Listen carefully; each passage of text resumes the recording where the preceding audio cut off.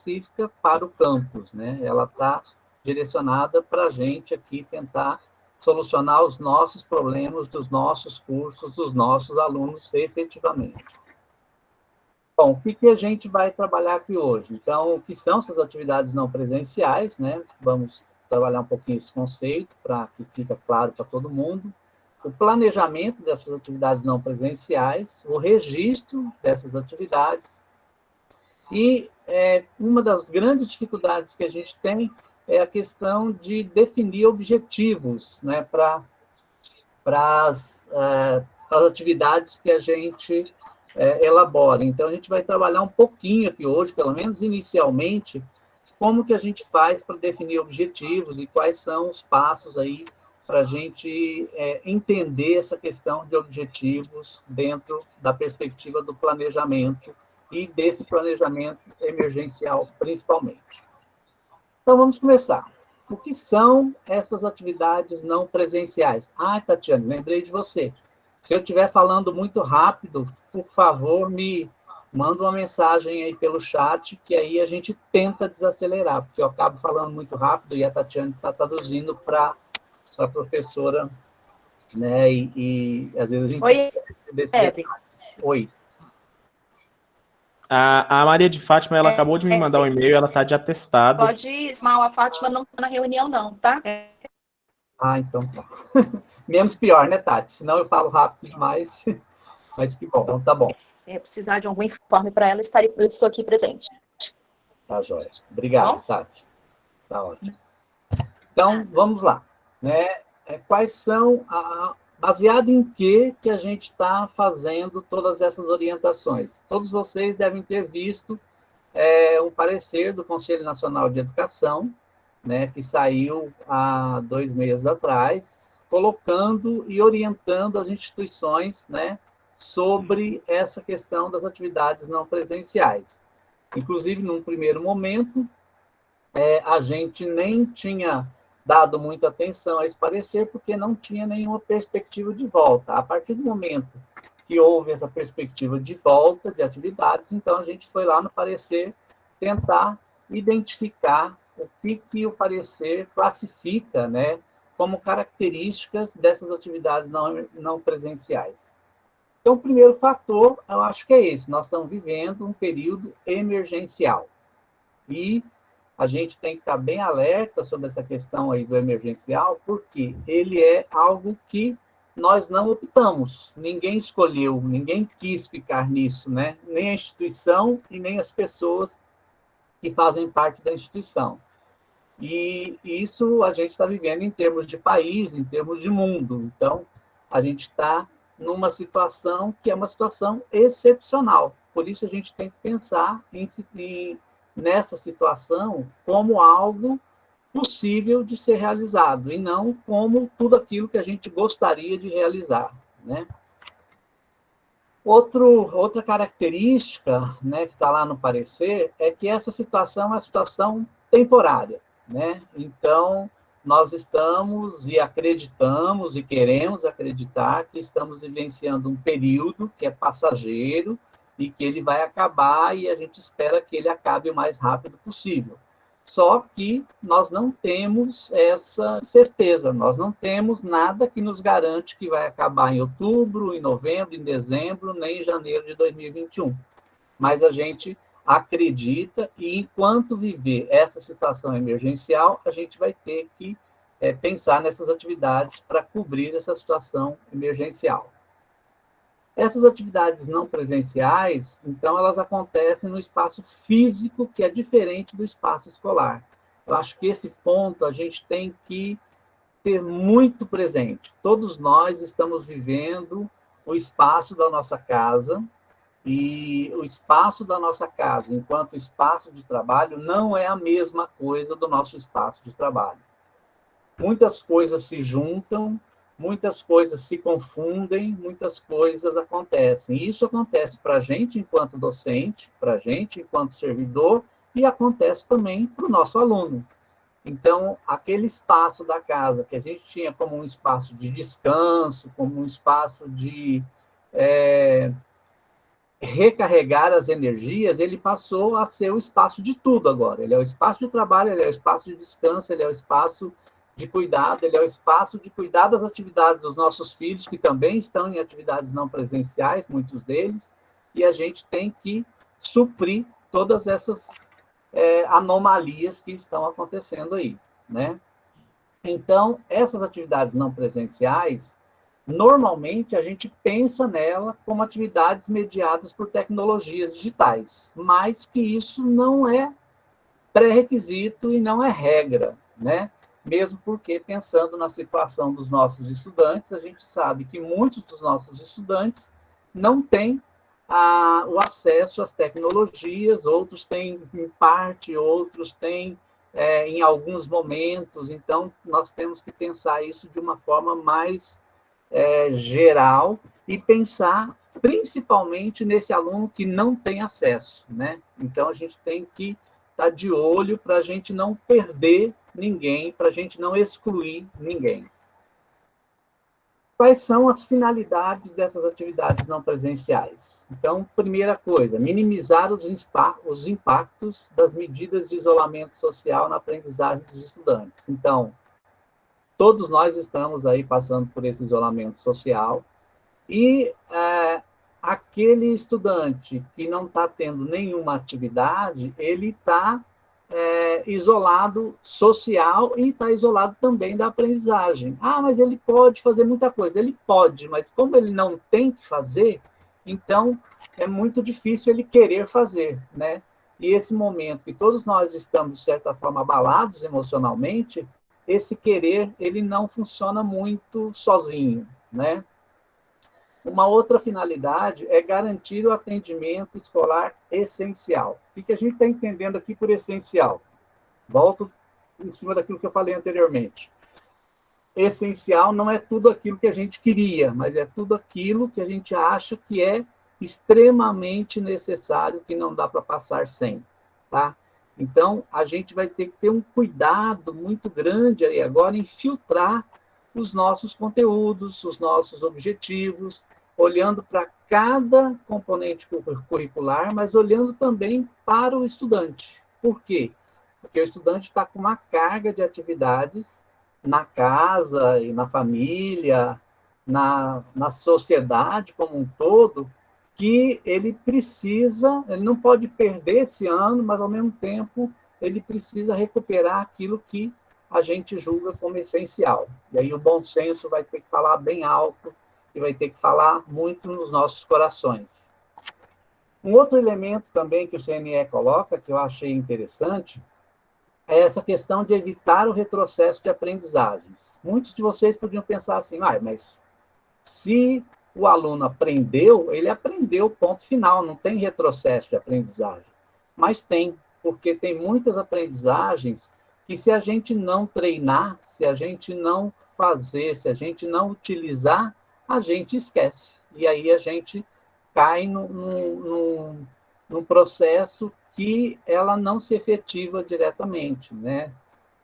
Tem vários exemplos que a gente podia usar para isso, mas o que me veio aqui na cabeça agora é principalmente o exemplo das línguas. Se a gente aprende uma língua diferente da nossa língua nata e a gente não exercita essa língua, automaticamente a gente vai esquecendo e perdendo muitas coisas que a gente aprendeu. Então, há muitas áreas que não são umas áreas de interesse primordial ou próprio do estudante, se a gente não estiver exercitando, eles vão perder. Então, a gente precisa evitar esse retrocesso. Outro ponto é a questão de evitar a perda do vínculo com a escola. Acho que esse é um elemento interessante. Nós, no campus, tivemos várias iniciativas muito legais de diversos cursos, que foi a de entrar em contato com o estudante, a de manter o estudante vinculado ao curso, a de manter contato, seja numa dimensão mais pessoal de alguns professores com alguns estudantes, seja numa dimensão mais estrutural, né? A gente da CDPD, o pessoal da SEDAI tem feito muitas ações, muitos estudantes têm entrado em contato, têm conversado, têm colocado a sua situação, e isso tem feito com que a gente não desvinculasse esse estudante da instituição. A gente já está desvinculado fisicamente, então a gente não pode perder esse vínculo, né, totalmente. Tá? Uma outra finalidade seria permitir que os estudantes mantenham uma rotina básica de atividades escolares, mesmo afastados do ambiente da escola, mas que eles consigam manter uma rotina. E aí a gente tem que tomar cuidado, né? Porque às vezes a gente pensa assim, eles têm que manter a rotina, beleza. Então, se eles têm 4 vezes 5, 20 horas aulas semanais, eles vão ter que ter 20 horas de atividades em casa. A gente tem que tomar um certo cuidado, porque isso não é uma realidade. Isso não é algo que se concretize de forma tão tranquila e tão para todos, né? Tão tranquila para todos. Beleza. Diante dessa situação, o que a gente tem que fazer? A gente tem que planejar. A gente tem que pensar numa coisa que a gente não pensou no início do ano, porque a situação não existia. Quando a gente voltou às atividades lá em fevereiro, essa situação não existia e a gente fez nosso plano de ensino pensando numa situação normal ou regular de ensino, né? Presencial. E agora isso não vai ser. Então, como é que a gente vai pensar o planejamento? Olha, gente, esses slides foram elaborados pela Elisiane, tá? Então, todo esse know-how aí, bonitinho e tal, não é mérito meu, não, é mérito dela. Essa menininha falando aí, né? O que é planejar, né? Bom, a gente colocou aí de propósito essa questão da hora do desapegar. A gente tem brincado muito em algumas reuniões, né? Que a gente precisa, nesse momento, desapegar dos nossos caprichos pessoais em termos de conteúdo, em termos de objetivo, em termos de pensar a nossa disciplina como prioridade, importância em primeiro lugar, e que o aluno tem que dar conta de tudo que a gente propõe lá. Então, a gente precisa estabelecer prioridades entre os objetivos de aprendizagem, tá?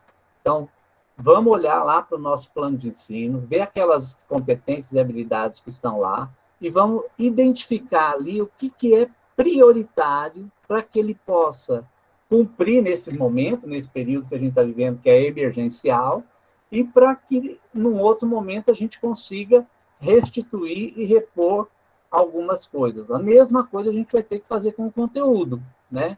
Também identificar ali o que é prioritário. Principalmente, gente, eu não sei se vocês já olharam, mas a gente no comitê tem discutido muito isso. No nosso plano normal, a gente tem 20 semanas de aula num semestre, mais 20 semanas em outro semestre. Dentro dessa proposta de calendário que a gente vai trabalhar agora, nós vamos ter 12 semanas. Então, de 20, a gente veio para 12. Então, nós temos uma redução aí muito drástica, muito forte, e que nessas 12 nós temos que cumprir a carga horária. Nós vamos cumprir o dia letivo, mas nós vamos cumprir a carga horária. Então, assim, temos que tomar muito cuidado, ser muito cauteloso na hora de definir os objetivos, de definir o conteúdo, para que a gente consiga dar conta. Então, o nosso calendário, inicialmente, está proposto do dia 3 de agosto ao dia 23 de outubro, por aí. Então, a gente tem que pensar nessas 12 semanas, o que a gente realmente consegue trabalhar, pensando que nós não estamos trabalhando com aluno em sala de aula, nós não estaremos fazendo atendimento individualizado com o aluno lá no campus, nós não teremos os mesmos recursos, e os alunos também não, que a gente teria presencialmente. Então, é isso que vai ter que nos ajudar. Pensando nessas limitações todas aí, a gente tem que pensar em atividades alternativas, coisas que não fazíamos, ou não era interessante, ou não era necessário fazer, mas que agora a gente precisa pensar em atividades integradas interdisciplinares. Por exemplo, os conteúdos de uma determinada área, ou os componentes curriculares de uma determinada área, podem se juntar e elaborar um projeto onde as atividades e as avaliações vão ser vão valer, vão ser computadas como hora-aulas para várias disciplinas? Podem, devem, precisam, só que para isso precisa de planejamento, tá? Então, essa ideia de integrar, né, disciplinas, integrar componentes curriculares, ela é uma ideia fantástica, está lá no parecer do Conselho Nacional de Educação, mas é um exercício que a gente tem que fazer, porque a gente não tem muita prática nisso, né? Utilizar recursos tecnológicos diversificados, a gente vai falar um pouquinho disso lá para frente, mas a gente tem que pensar no seguinte, acho que ontem na live a Jennifer falou, que eu achei muito legal, que é o seguinte, não adianta eu fazer uma videoaula do mesmo jeito que eu faria uma aula presencial. Se a minha aula presencial expositiva tem uma duração lá de 1 hora e meia, sei lá quanto tempo, não adianta eu fazer uma videoaula com essa duração, porque ninguém dá conta de assistir. É muito diferente. É muito diferente. A gente precisa criar alternativas diversificando, entendendo essa tecnologia e entendendo essa maneira, essa outra linguagem. É uma outra linguagem que a gente está vivenciando agora. Então, inclusive, nós vamos ter uma oficina que está programada para o dia 8/7, que é sobre essa questão de como produzir videoaulas, como produzir podcast, como é que a gente pode diversificar esse contato que a gente tem com o aluno, mas, ao mesmo tempo, não sobrecarregando esse estudante, tá? Então, outro elemento aí também é a questão dos roteiros de estudo, é uma outra oficina que a gente vai fazer também, para como elaborar roteiros de estudo, como deixar o roteiro de estudo mais dinâmico e compreensível e agradável para que o aluno possa trabalhar melhor e ter mais autonomia. E um último ponto aqui, que é essa questão da avaliação. Primeiro que a avaliação não é prova, né? A gente tem que ter isso muito claro, né? A avaliação não é para dar nota, mas ela pode dar nota. Ela é um instrumento para você verificar o processo de aprendizagem. Então, diferente do presencial, as correções de avaliação, elas precisam ter um feedback muito direcionado, muito qualificado. A gente tem vários elementos, tem, por exemplo, o NEAD, né, que dá lá uma forma de você fazer uns testes e tal, e que quando o aluno erra, ele já dá a resposta dizendo o que foi que o aluno errou, onde foi que o aluno errou. Então, isso que é que a gente entende por feedback qualificado, né? Na sala de aula, quando a gente leva o resultado de uma avaliação para os alunos e faz uma correção junto com eles lá, a gente faz esse feedback. Aqui a gente não vai ter essa oportunidade. Então, a gente precisa ver quais serão as maneiras de retorno desse feedback da avaliação para o aluno. Bom, então, como é que a gente pode pensar essa questão do planejamento das atividades não presenciais, né? Eu acho que a Elis trocou a siglinha ali, é a ANP. Então, vamos pensar no ciclo, como é que funciona esse processo como um todo. Então, o primeiro elemento é o planejar, né? Não tem como a gente começar esse processo, e por isso que nós sentimos a necessidade até de fazer essa primeira reunião antes da reunião geral, onde o comitê vai apresentar todo o processo que o comitê está discutindo, mas da gente pensar esse planejamento de forma geral, tá? A gente começar já a pensar esse planejamento. Nós temos a semana que vem, nós temos, depois que a gente voltar, mais uma semana, nós temos alguns colegiados, alguns cursos que já estão planejando, já estão pensando isso, já estão elaborando, mas nós temos outros que não estão. Então, a gente precisa trabalhar com esse processo de planejamento. A gente tem tempo aí para isso ainda. Segundo elemento é produzir. Então, por exemplo, se eu planejei que minhas atividades vão ser permeadas por videoaulas, eu tenho que produzir minhas videoaulas. Se eu planejei que elas vão ser permeadas por roteiros de aprendizagem, eu tenho que produzir os roteiros de aprendizagem. Se eu planejei que elas vão ser podcast, roteiro de aprendizagem e videoaulas, eu tenho que fazer as 3 produções. Então, acho que o elemento não se esgota aqui a produção, você não vai produzir tudo agora, nesse primeiro momento, mas você precisa produzir algo para começar na primeira semana, que é dia 3 de agosto. Então, eu tenho que ter algo produzido Eu tenho que ter algo planejado como um todo. Ah, mas eu não posso mexer no planejamento? Claro que pode, deve. Dependendo da reação, dependendo dos resultados que você obtiver no processo, você replaneja. Mas uma coisa é começar sem planejamento, outra coisa é você alterar o planejamento e você fazer modificações ali no processo. Um terceiro elemento que a gente acha fundamental e que tem que estar presente, que é necessário, é esse compartilhamento de ideias. A gente aprende muito com os colegas, a gente aprende muito com todos, né, colocando o que fez, como é que fez. Às vezes a gente olha para alguma coisa e acha super difícil de fazer. Eu tenho, por exemplo, um problema sério conseguir roteiros no sentido de, vamos pegar um vídeo que está lá no YouTube que vai ensinar como é que faz isso. Eu tenho um problema sério em seguir aquilo. Se alguém sentar comigo e me explicar em 10 minutos, eu compreendo aquilo que está lá, às vezes, no vídeo, que eu não consigo compreender. Então, esse compartilhar ele é fundamental para a gente apurar a nossa dificuldade que é de todos. Ela não é de alguns, né? Ela é da maioria. Todos nós que não temos habilidades e não desenvolvemos coisas destinadas a EAD, nós vamos passar por muitos perrengues agora e nós precisamos uns dos outros. Éder, posso te interromper um pouquinho? Por favor.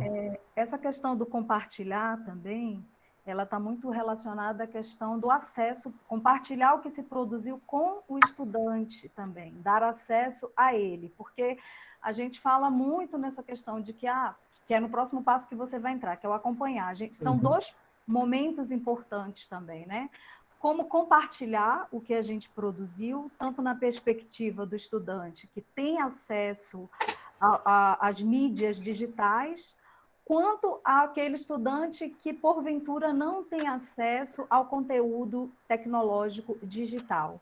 Então, desde o momento em que a gente vai produzir, e aí eu acho que seria interessante também pensar nessa questão do compartilhamento. Como é que isso vai chegar no estudante, né, Elis? Exatamente, isso. Legal, boa ideia. Elis, fica à vontade, a hora que você achar, me interrompe e fala isso, é bom. De pensar onde que eu vou compartilhar. Eu vou compartilhar no Moodle? Eu vou compartilhar no Google Classroom? Como que vai ser a logística para os estudantes que vão receber por meio impresso? Né? A gente ainda está na etapa de fazer o levantamento de quem são esses estudantes que terão a necessidade de ir ao campus para buscar esse conteúdo impresso, né? Porque é tão importante quanto a gente pensar no que a gente vai produzir, é saber que tipo de mídia nós vamos produzir. Então, a partir do momento que nós tivermos esse levantamento, se eu tiver um aluno que não tem acesso ao recurso digital, eu vou precisar prover para ele o compartilhamento desse conteúdo por meio da mídia impressa. Né, que na próxima oficina a gente também vai fazer essa abordagem. Não se preocupem quanto a essa questão, existem recursos tecnológicos que fazem a transposição do áudio para a mídia impressa, que tem como facilitar o trabalho de vocês, professores, para esse momento. Então, não precisa ser algo sofrido, né? A tecnologia está à nossa disposição para nos ajudar. No entanto, mais importante do que a tecnologia que nós vamos utilizar é justamente a mediação pedagógica, tá? Porque a gente fica muito preocupado com a tecnologia, mas a tecnologia ela é um meio, né, gente? Então, um quadro negro, ele é uma tecnologia. Então, uma folha de papel, ela é uma tecnologia, né? Ela não é uma tecnologia digital. E que por muitos anos nós aprendemos, a nossa geração cresceu por meio de uma tecnologia que não era digital e nós aprendemos, né? Nós nos capacitamos. Então, os nossos estudantes que vão receber o papel em casa, é plenamente possível que eles aprendam tanto quanto nós aprendemos por meio da mídia não digital. É isso, Éder. Beleza, obrigado, Liz. Bom, outro elemento que a gente tem aqui é o acompanhar, né? Então, eu planejei e eu preciso de fazer um acompanhamento. E esse acompanhamento, eu acho que ele vai em vários níveis. Então, pensando eu, enquanto professor, eu tenho que acompanhar como é que meu aluno está desenvolvendo as atividades que eu planejei, né? Eu, enquanto coordenador, tenho que acompanhar como é que os professores estão desenvolvendo essas atividades, como é que isso está chegando nos alunos. A CDPD tem que acompanhar como é que os alunos estão aprendendo e como é que estão sendo as reações aí no sentido pedagógico. A SEDAI também vai acompanhar. Então, nós temos que fazer um acompanhamento institucional, né, para a gente não excluir ninguém desse processo. Acho que um elemento chave aí é a não exclusão, é não deixar esse aluno perder esse processo por uma questão dele não conseguir um acesso à tecnologia, um acesso que seja presencial, alguma coisa assim. Então, a gente precisa.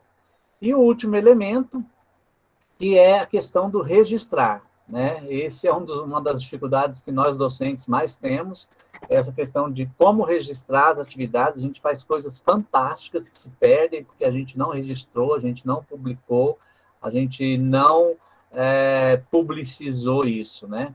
Então, a gente vai trabalhar aqui hoje com uma planilha que tem essa função de registrar. Então, esse ciclo aqui, ele não é um ciclo que primeiro eu faço isso, depois eu faço aquilo, mas ele está girando, né? Ele é um processo e em vários momentos eu vou ter olhar diferente para ele, para que eu possa obter sucesso naquilo que eu quero, que é a questão da aprendizagem dos nossos estudantes.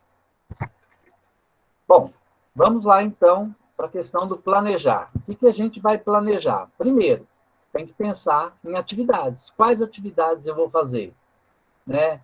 Eu vou trabalhar com estudo de caso, vou trabalhar com lista de exercício, vou trabalhar com uma metodologia ativa, que é o PBL, vou trabalhar com estudo dirigido, vou trabalhar com roteiros. Eu tenho várias formas aí de atividades, né, que podem me auxiliar nesse trabalho. E os recursos também.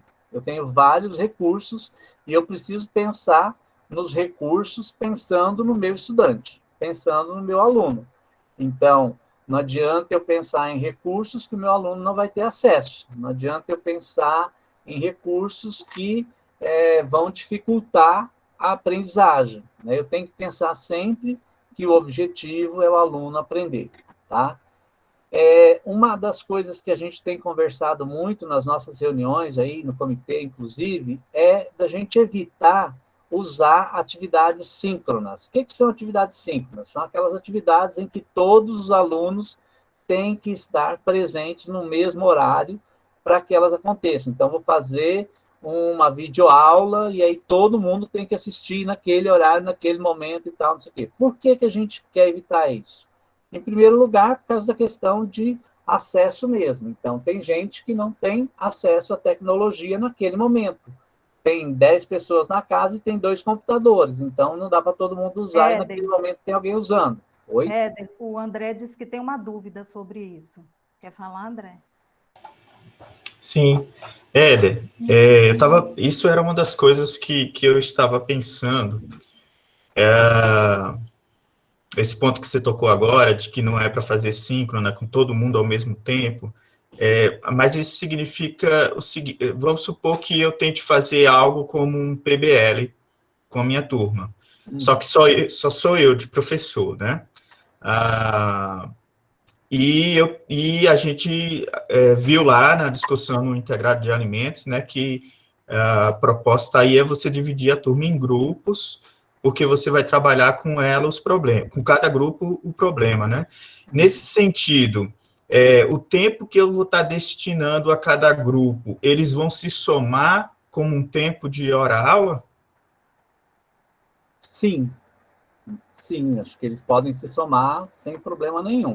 Mas o foco que eu estava colocando aqui, André, é da gente tomar muito cuidado em que todos os alunos daquele grupo ou daquela turma têm que participar naquele horário. E se não participar naquele horário, perdeu o conteúdo. Então, se a gente fizer atividades nesse sentido, que a gente tenha o cuidado de manter essa atividade gravada e disponibilizada para aquele estudante que não teve como visualizar ou participar daquele momento, naquela hora, naquele dia. Então, da gente ter esse cuidado, e também quando voltarem as atividades presenciais e os laboratórios estiverem funcionando, a gente também tem que tomar muito cuidado, porque as turmas de laboratório foram divididas em turmas menores, e aí elas vão estar com horários bem malucos. Então, por exemplo, eu tenho lá um primeiro ano de Química, que vai ter uma turma, 10 alunos com laboratório de manhã, outros 10 com laboratório à tarde, outros 10 na terça-feira com laboratório da hora. Então, vai ficar bem difícil da gente conseguir reunir a turma no mesmo horário, tá? Então, se a gente fizer esse tipo de atividade, que elas fiquem gravadas e que o aluno possa ter acesso a elas num outro momento. E que a gente disponibilize canais também de contatos. O e-mail, acho que é um bom canal, o WhatsApp pode ser um bom canal. Então, que a gente consiga estabelecer a possibilidade dele acessar e dele poder compartilhar aquilo num outro momento, né?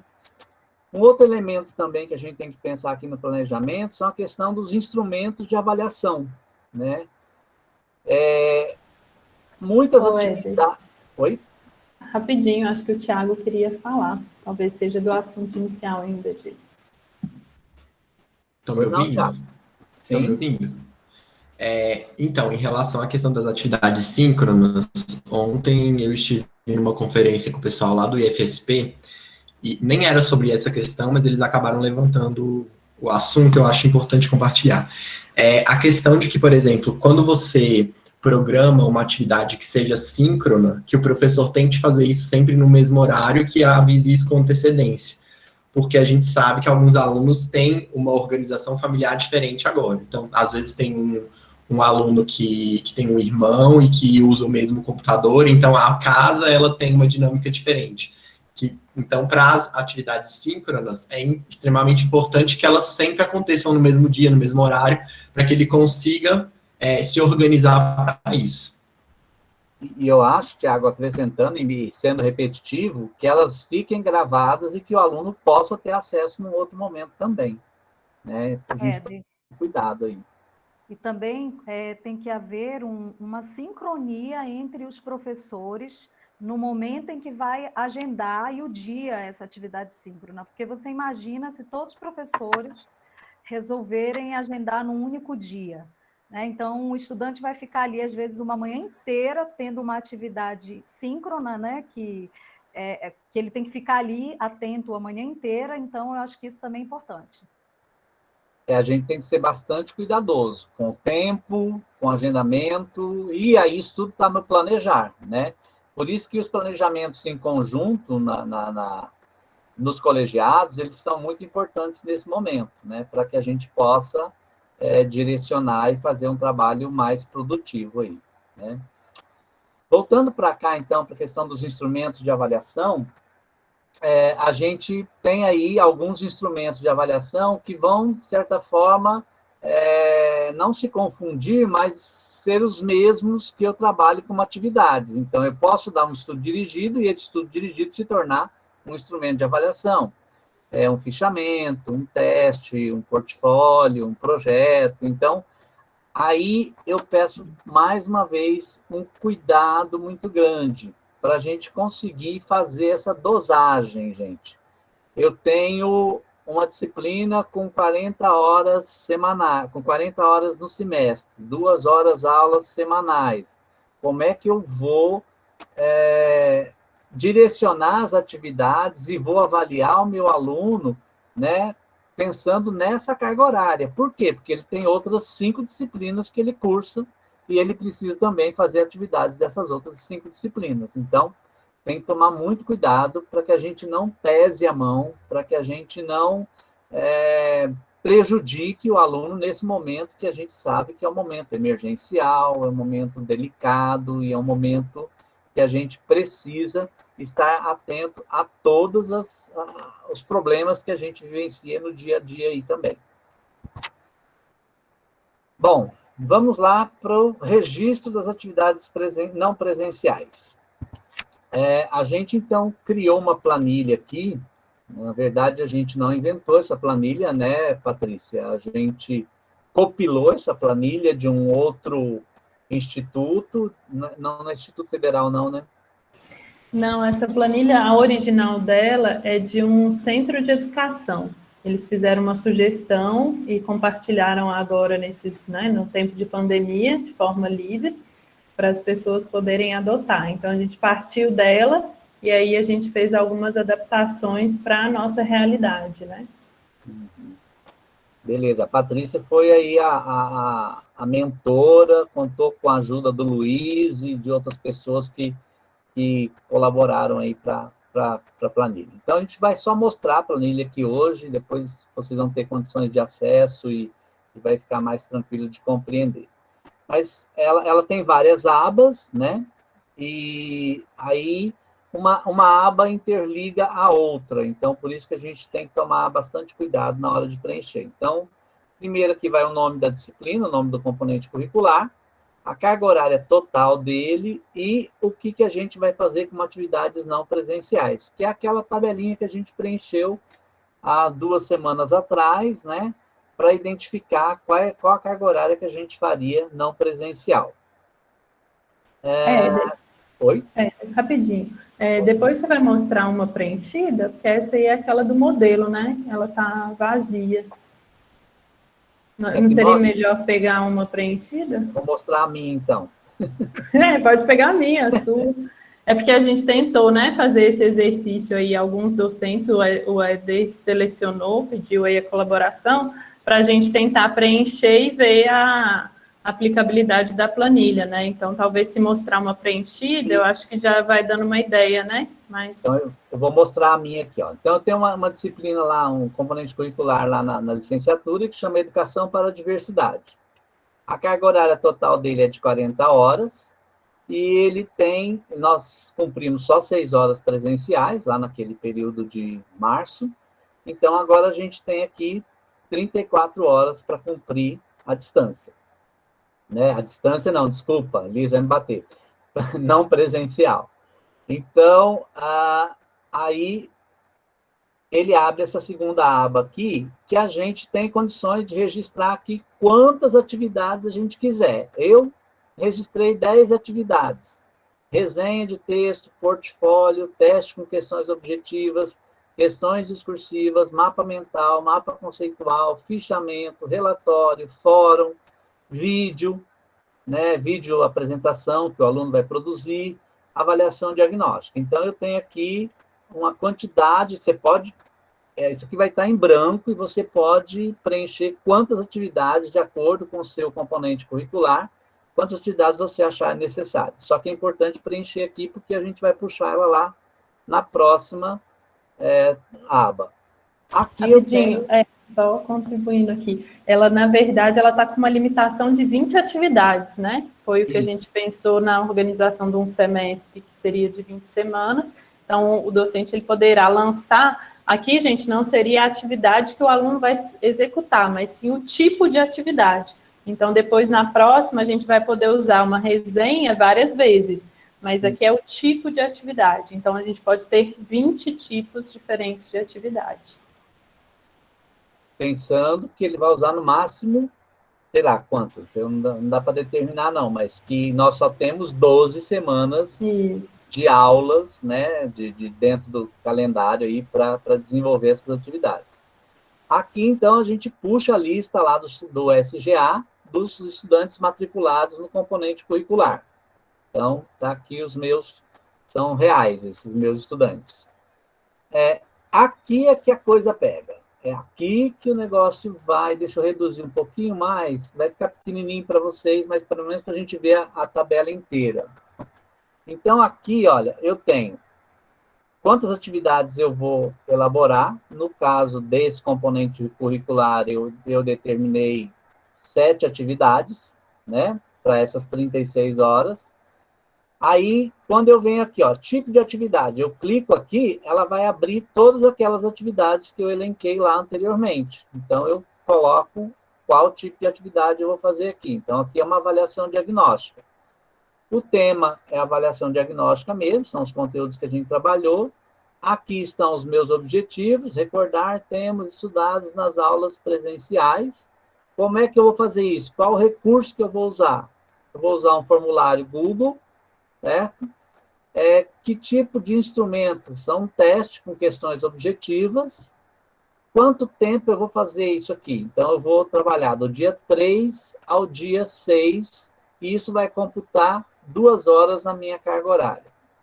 Todo esse preenchimento aqui, gente, é importantíssimo. Por quê? Porque ele vai ser puxado nas tabelas seguintes lá, nas abas seguintes, ok? Eu não vou detalhar aqui, né, cada uma das coisas, mas o que eu fiz? Eu tinha lá no meu planejamento 12 títulos, 12 temas a serem trabalhados. Eu tive que reduzir esses 12 temas para 6. Então, eu escolhi, dos 12 assuntos que eu tinha lá, 6 assuntos e elenquei aqui, certo? Aí eu tive que trabalhar com os objetivos, definir os objetivos. Quando a gente pensa em objetivo, a Elisa vai falar um pouquinho melhor na frente, a gente pensa assim, o que o aluno vai fazer e o que é possível mensurar daquilo que ele fez, certo?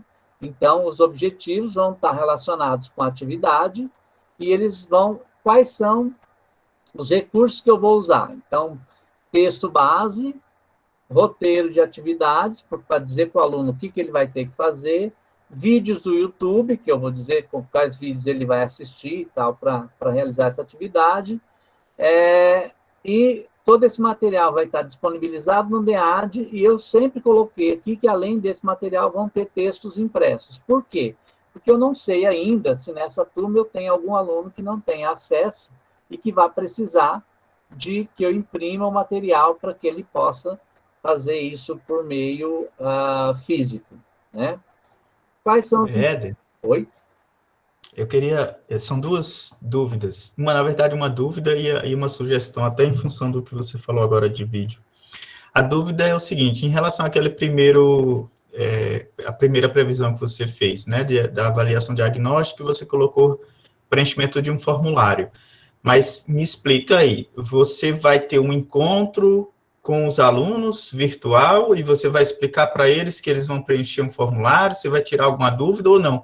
Essas 2 horas está contando o preenchimento do formulário. Essas 2 horas está contando o preenchimento do formulário. Nesse caso aqui, ó, eu não coloquei como recurso nem videoaula, nem um encontro, nem um chat, nada. Então, eu coloquei só o formulário. E você está prevendo 2 horas para eles preencherem isso. Isso, exatamente. Tá. É claro que tem aluno que vai preencher muito menos e tem aluno que vai precisar dessas 2 horas, mas eu vou ter que colocar essa carga horária, gente, muito além do que a carga horária de uma semana. Por quê? Porque senão eu não consigo fechar as minhas 36 horas que eu tenho que fazer nesse componente em 12 semanas. Mas aí, só complementar também aí, Éder, eu acho que isso vai depender um pouco do docente também, da forma que ele planejou, né? Porque eu poderia ter incluído ali, não, eu vou ter um encontro, aí depende do perfil de acesso do estudante, né, da turma. Então, se eu tiver uma turma que todos os estudantes têm acesso, aí eu posso fazer um Google Meet ali e dar a explicação. Ah, mas eu tenho 2 estudantes que não têm acesso, eu posso fazer essa explicação ou no podcast ou impressa, e encaminhar para o estudante como a explicação, o preparatório. Então, depende um pouco da organização do docente, né, de como é que ele vai fazer esse planejamento. Aí depende um pouco da turma também, né, a gente vai ver uma turma precisa disso, outra turma só a instrução de formulário vai ser suficiente. Inclusive, né, Patrícia, tem aquela questão que até foi falado na live ontem também, da possibilidade da gente disponibilizar o material em pendrive quando o aluno tem um computador e não tem acesso à internet, né? Isso está sendo avaliado pela reitoria, né, a possibilidade de aquisição de alguns pendrives mesmo, para a gente poder viabilizar essa distribuição para aqueles que têm computador, mas não têm acesso, né, à internet. Esse era o ponto que eu ia tocar, porque o Éder falou de vídeos de YouTube, né? Porque a gente pode baixar os vídeos do YouTube, mas eu fiquei pensando em como disponibilizar isso para os alunos, né? E esse é um caminho. Eu pensei, na verdade, que eu também poderia ficar em algum suporte lá no campus, mas aí indo para o campus ele também tem acesso à internet, né? Aí a solução é que ele possa fazer isso em casa, né? Nesse primeiro momento, André, a gente vai evitar ao máximo a necessidade de ir para o campus. Mas se não tiver jeito nenhum, a gente vai tentar abrir alguns espaços no campus que, por agendamento, pudesse receber um certo número de alunos para uso de internet, computadores e tal. Mas a gente está tentando evitar ao máximo isso, para a gente não poder contar com essa possibilidade que, de repente, ela não aconteça. Por exemplo, aqui, ó, quando eu olho esses recursos, né, texto base, roteiro de atividades, então, no meu roteiro de atividades, eu vou dizer o passo a passo o que o aluno vai fazer. Então, eu não coloquei que eu vou ter um encontro com ele para dizer isso, o roteiro já vai dizer, certo? E, assim, isso está no que eu programei na minha cabeça, mas, de repente, gente, eu percebo que esse grupo de alunos que eu tenho aqui, eles precisam de um encontro presencial, entre aspas, né? De um encontro síncrono. Então, eu posso abrir essa possibilidade em outro canal aqui. Eu estou pensando com esse grupo, que é um grupo pequeno e tal, é um grupo de adultos, é diferente, né? O pessoal que já está da metade do curso para frente, então já tem uma certa maturidade, dá para lidar, é diferente de um grupo de ensino médio. Eu acho que a gente tem que também ponderar de acordo com os estudantes. Bom, então aqui eu tenho as datas de realização de cada uma das atividades, né, nesse espaço aqui, e aqui eu tenho a duração de cada uma das atividades. Eu tenho que prestar atenção que essa duração aqui, ela tem que bater com aquele total que eu coloquei lá na primeira aba, que é a quantidade de atividades não presenciais que ele vai cumprir por meio desse registro. Aí, ó, legal, essa aba aqui eu acho muito legal. Ela puxa todos os alunos que eu coloquei lá naquela aba anterior, e aqui eu vou clicando, ou não, né, nas atividades que o aluno fez ou deixou de fazer. Então, a Ana Carolina fez as atividades, eu venho aqui, clico, a Camila fez, eu venho, clico, alguém não fez, então vai ficar em branco, ok, tá? Então, esse clicar aqui, ele vai computar no próximo relatório. Então, aí, ó, neste relatório aqui, eu já tenho, ó, a quantidade total, puxou lá do primeira aba, a carga horária não presencial que eu tinha que cumprir é 34, e o que eu cumpri, 34, certo? Então, aqui, a primeira aluna aqui fez as 34 horas, legal. A segunda também. A terceira não fez todas as horas, tá? O Heitor fez só algumas atividades, só 8 horas, tá? Então, aqui eu já vou ter um resuminho de todas as possibilidades de atividades, e aqui eu já vou ter o registro, vamos pensar assim, da participação do aluno. Então, esse documento, ele vai me dar um relatório completo, né, de tudo que eu precisar comprovar, o que eu fiz, como eu fiz, e quem fez, quem não fez, quem realizou, quem não realizou as atividades. Então, eu já tenho aqui um documento que, ao final do semestre, a gente pode imprimir, se for o caso, assinar, e ele é um documento que vai dar todo esse registro aí. Então, eu sei que é muita coisa para a gente compreender nesse momento, mas, para mim, assim, o ponto mais crucial, né, da gente olhar é esse planejamento aqui, né, a descrição das atividades e o cuidado que a gente vai ter na hora de elaborar os objetivos para dar conta de realizar essas atividades, né? A gente... Éder, Pois não. Só uma dúvida. Quem é? Esses registros na planilha, a gente também espelha eles no SGA? Aí, como é que... Não, Eduardo.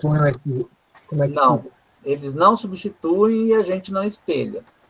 A gente vai ter que registrar no SGA a carga horária e presença para os alunos diante dessas atividades aqui. Então, por exemplo, eu programei atividades do dia 7 ao dia 15, 4 horas, e o aluno X não fez, eu vou registrar isso como falta para ele lá, nesse período que eu estou registrando essa carga horária lá no SGA. Aí, Éder, eu acho que é importante também a gente retomar um pouquinho do objetivo da planilha, né? Ela vem para atender 2 objetivos principais. Um é do planejamento e organização do docente. que a gente incluiu algumas coisas ali para facilitar esse acompanhamento. Quem entregou o quê equivale a quantas horas.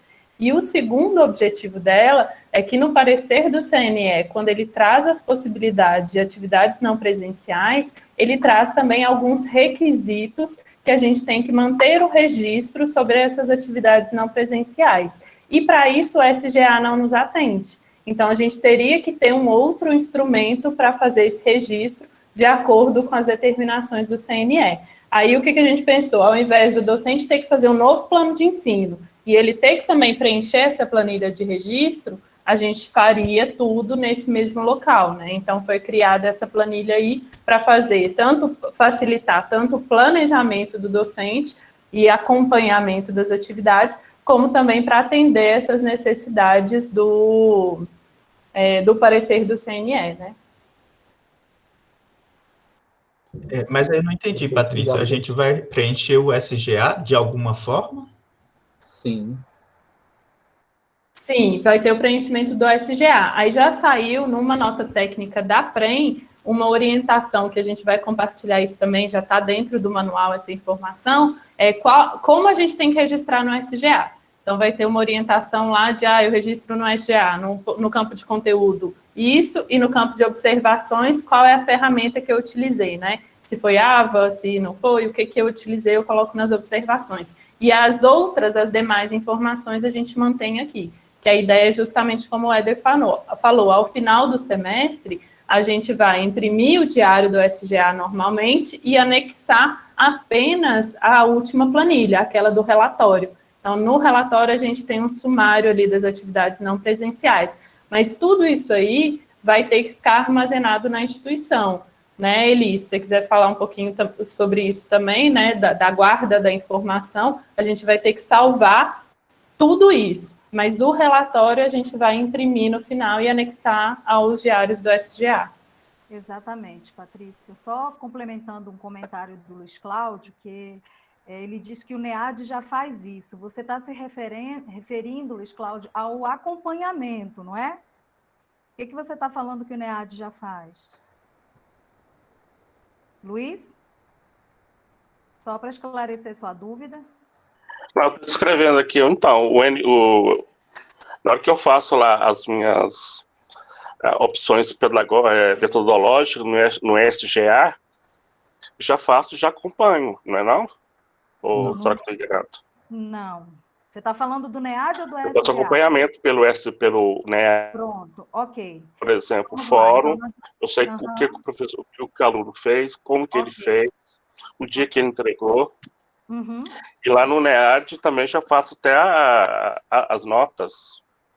Na verdade, Luiz, o NEAD, o Moodle, ele faz, sim. Não é isso? Sim, ele faz o acompanhamento Alô? perfeito. Oi, Luiz, está me ouvindo? Luiz? Espera aí, tive um problema aqui, espera aí. O NEAD, ele faz o acompanhamento... Ele caiu aqui. Você me escuta? Agora sim.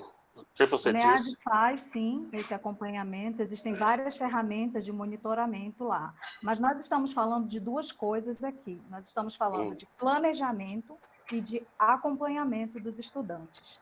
Essa planilha, ela contém elementos que compõem o nosso plano de ensino, né? Eu acho que isso ficou bem perceptível para vocês, né? Ela contém as atividades, ela contém os conteúdos, né? As organizações de tudo que a gente vai fazer, a carga horária, só que ela tem um planejamento pormenorizado das atividades, o que é muito comum da gente fazer na educação à distância. Quem está trabalhando comigo na produção de curso à distância, no caso a Eliane, a Ábia, a Débora, eu acho que elas conseguiram identificar o mapa de designer instrucional, que é o que a gente normalmente trabalha. Esse mapa, ele traz uma visão de tudo o que a gente está fazendo, tanto em aspecto... É uma interligação de tudo. Eu vou ali do objetivo até a avaliação, incluindo essa carga horária. Então, eu, como professor, eu consigo visualizar tudo o que está acontecendo na minha disciplina. O que a gente tem que pensar, Luiz, nesse momento, é que, como o Éder falou, a atividade não presencial ela é excepcional. Então, como o caráter de excepcionalidade dela é que ela foge àquilo que é algo comum, que está fora do que estava padronizado, né? Porque ele surgiu de uma situação inesperada. Então, como é algo excepcional, que está fora do que a gente planejou, nós precisamos replanejar. Então, essa planilha, como a Patrícia falou, a gente fez na tentativa de que o professor não tenha que fazer outro plano de ensino, o plano de ensino dele já é essa própria planilha, mas numa perspectiva de excepcionalidade. Aqui a gente não vai trabalhar todo o conteúdo que nós pensamos lá no início do ano. Nós vamos trabalhar com o que é prioritário, com o que é essencial, atendendo a essas exigências do parecer do CNE, e que também nós precisamos nos resguardar daquilo que nós estamos fazendo, né? Porque em algum momento é possível que nós sejamos auditados, é possível que nós sejamos cobrados, né? Diante de um cenário que é natural, né? Num contexto, enfim, que a gente vive e que a gente precisa, assim, dar satisfações do que nós estamos fazendo. Então, esse instrumento, ele vem a nos resguardar nesse sentido. Ok, podemos seguir, gente? Bom, obrigado pelo esclarecimento. Tá bom. Bom, então a planilha é isso. Eu acho que a hora que a gente pegar e começar a mexer e começar a trabalhar com ela, a gente vai ver que ela não é complicada de fazer, e, ao mesmo tempo, ela vai dar uma garantia de registro das nossas atividades. O que a gente registra lá no SGA é um registro geral. O que a gente registra aqui é um registro por aluno. Então, ela vai garantir até essa possibilidade. Quando eu venho aqui e vejo que o aluno Heitor só fez uma atividade, não fez mais outras, então, a SEDAI tem condições de ligar para esse menino e falar, o que está acontecendo? Por que você não fez outras atividades? Como é que a gente pode te ajudar? Como é que a gente pode... Né? Então, dá um panorama do que a gente consegue acompanhar. Eu acho que... Oi? A Jane tem uma pergunta. Ela fala o seguinte, nos casos de trabalhos interdisciplinares, como os que vi em alimentos, os dados da planilha serão com base nos planejamentos de grupo interdisciplinares? Sim. Aí aqui, ó, Rafa, eu posso abrir sua planilha? Se eu achar ela aqui? Pode. A Rafaela fez uma planilha, eu vou tentar achar ela aqui agora, porque eu, com o meu... Enquanto você vai procurando aí, Éder, eu só vou Como fazer... Como é que ela chama, Rafaela? Tá na pasta do comitê, tá com o nome da Rafaela. Aí, ó, é o último aí, ó, que você abriu. Isso. Uhum. Pode falar, Rafa. Nada, é isso mesmo. Você quer que eu fale dela? Eu quero, porque aí a gente pode responder a dúvida, na verdade, é porque a gente estava... por algumas vezes a gente falou da importância desse trabalho interdisciplinar, né?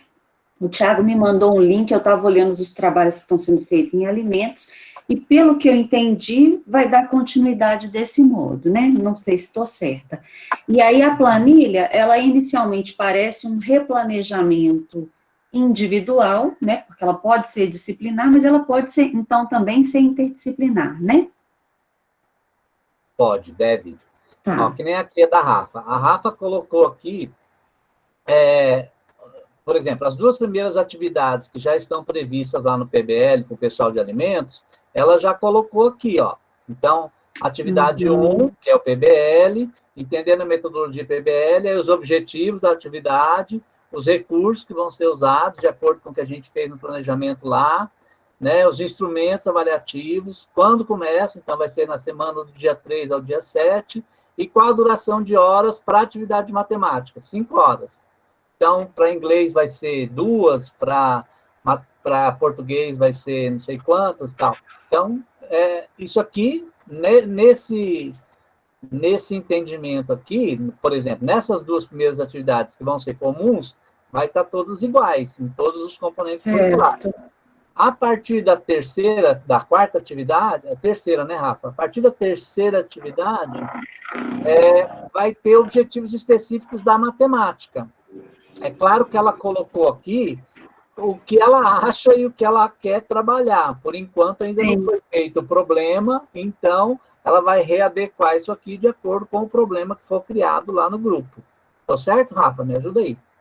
Isso, aí o que eu fiz? Porque quando a gente fez o treinamento do PBL, a gente já tinha que colocar os objetivos específicos de cada componente curricular. Então, seria mais pegar o que a gente planejou lá e colocar aqui e fazer essa estimativa das horas que o Thiago, né, falou que ia fazer, que eu só coloquei uma possibilidade, porque o Éder tinha pedido para ajudar, né, então eu coloquei aqui, mas o Thiago já vai dar esses valores prontos para a gente, pelo que ele falou na reunião, e o resto é mais, né, a gente vai trabalhar com o Google Classroom, com o Google Meet, então eu fui colocando isso ali também. Então é isso, Jane, respondeu? Não, respondeu sim. Não, tá ótimo. É só para eu ir me inteirando mesmo das coisas. A nossa Obrigada. pretensão, nós vamos abrir uma sala no NEAD para os docentes, agora a Elisiane vai falar disso daqui a pouco, e aí esses exemplos vão estar disponibilizados lá nessa sala, para que a gente possa ir usando e compartilhando também. Acho que essa é a ideia da gente fazer um negócio bem compartilhado mesmo. Todos nós estamos passando pela primeira vez com isso. Ninguém aqui sabe mais do que o outro, não. A gente está aprendendo juntos. Então, acho que é importante. Não, eu agradeço, porque eu estou vendo as coisas atrasadas, agora que eu estou assistindo os vídeos lá que vocês já assistiram, mas eu chego lá, só para eu poder pensar esse planejamento aí, que na verdade agora vocês já estão adiantados, né? Mas obrigada. Mas aí, Éder, só fazer aqui, eu acho que para contribuir também, se a Rafa que preencheu, o Kleber também preencheu, né?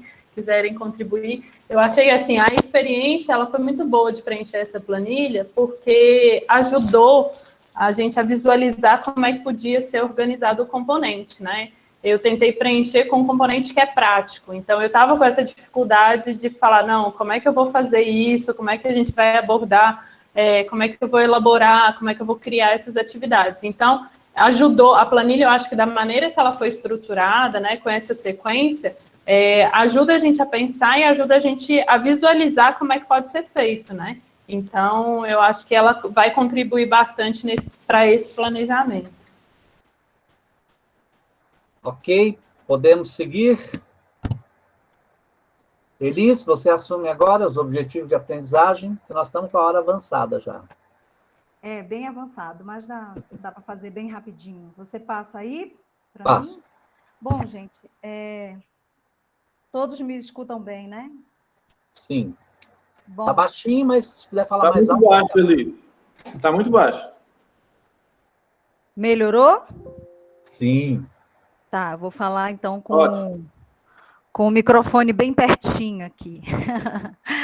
Bom, pessoal, essa planilha que o Éder compartilhou aí com vocês, a Patrícia acabou de fazer uma fala que ela é brilhante, né? Ela disse que a planilha ajudou a enxergar todo o processo. Eu acho que, na verdade, Patrícia, a planilha te ajudou a pensar na sequência de ações, não é? No passo a passo. É porque, às vezes, exatamente, Patrícia, às vezes, quando a gente está planejando, o fato da gente não treinar isso de uma forma materializada, não escrever, né? Por isso é tão comum o uso de mapas mentais, e ele é tão indicado para isso, porque o mapa mental, a gente organiza o nosso pensamento. Então, o planejamento, ele também serve para isso, principalmente, né? Eu gosto muito dessa frase do gatinho lá da Alice, do País das Maravilhas, que diz assim: para quem não sabe para onde vai, qualquer caminho serve. E não é esse o nosso caso, né? Passa, por favor, Éder. Por quê? Porque nós estamos em uma instituição escolar, uma instituição acadêmica, né? Que, como instituição escolar, é um tipo de educação formal. Nós temos a educação informal, né, e temos a educação formal. A educação que nós fazemos na escola, né, na instituição educacional, seja ela educação básica, educação superior, é uma educação escolar, formal. E toda educação formal, ela tem uma intencionalidade pedagógica. Por isso que toda ação educacional, né, que acontece no âmbito escolar, ela deverá ser estruturada, e planejada de uma forma muito consciente, que é isso que a Patrícia acabou de falar. Nós precisamos ter uma plena consciência do percurso que nós vamos fazer passo a passo, gente. É como fazer um roteiro de viagem. Nós precisamos pensar onde nós queremos chegar. E o foco de onde nós queremos chegar é provocar, gerar, promover mudanças nos pensamentos, nas ações e nos comportamentos dos nossos estudantes. Quando a gente pensa em um roteiro de uma viagem, a primeira coisa a se pensar é: para onde eu vou? Né? Enquanto a gente não define o local para onde nós vamos, fica difícil fazer todo o resto, né? Dependendo do lugar, eu vou poder ir de avião, ou eu vou poder ir de ônibus, eu vou poder ir a pé, de bicicleta, enfim, ou eu vou ter que usar mais de um transporte para isso, né? Eu vou pegar de lá do aeroporto, eu vou ficar numa ilha, e lá nessa ilha eu preciso pegar um cruzeiro, enfim, um barco, né? Então, o meu destino é que vai me dizer que rota eu vou traçar. É por isso que, exatamente, Tiago, é por isso que a definição do objetivo, ela é o fator primordial no processo de planejamento. Pode passar, Éder, por favor. Então, o que são esses objetivos de aprendizagem? São desempenhos desejáveis no comportamento do estudante, resultado de uma ação educacional. Por que eu coloquei em rosa comportamento do estudante? Eu já vi muitos planos de ensino feitos por muitos dos professores, né, tanto no Instituto quanto em projetos que eu trabalho fora do IFB, e eu percebo que os professores não conseguem não sabem elaborar objetivos de aprendizagem porque focam no seu próprio desempenho. Como, por exemplo, eu já vi muito objetivo onde o objetivo é apresentar um conteúdo para o aluno, apresentar o conceito disso ou daquilo. Quem está apresentando é você. Então, você está focando o desempenho em você, professor, e não no aluno, quando, na verdade, esse objetivo ele tem que estar voltado para um comportamento que você, por meio daquele processo, daquela experiência de aprendizagem, você quer que o seu estudante desenvolva. Pode passar, por favor, Éder. Por isso que é importante a gente falar um pouquinho sobre as características dos objetivos de aprendizagem. A primeira coisa é que eles precisam ser concretos, ou seja, passíveis de avaliação, que é a segunda característica. Eles precisam ser avaliáveis. Por quê? Por exemplo, se eu falo para o... Enfim, deixa eu pensar em alguém aqui que já foi para São Paulo, alguém que vai para São Paulo, né? Eu falo assim: Éder, você conhece São Paulo? Aí o Éder vai dizer: conheço, digamos assim, né? Ou então, você conhece Paris? Tem gente que foi em Paris, tirou uma foto lá na Torre Eiffel e disse que conhece Paris. Conhece mesmo? Como é que eu vou avaliar de uma forma concreta que essa pessoa conhece Paris? Ou quanto essa pessoa conhece de Paris, né?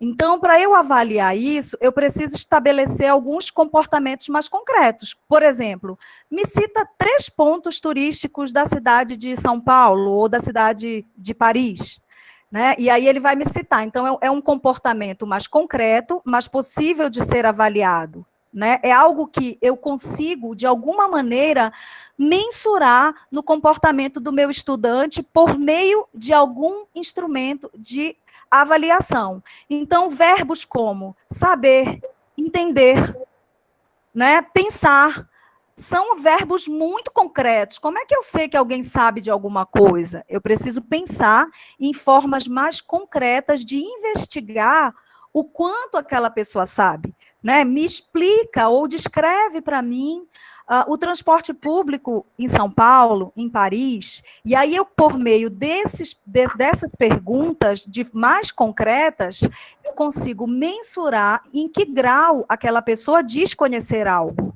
Tá? E outra característica dos objetivos de aprendizagem é que eles são alcançados em tempos menores.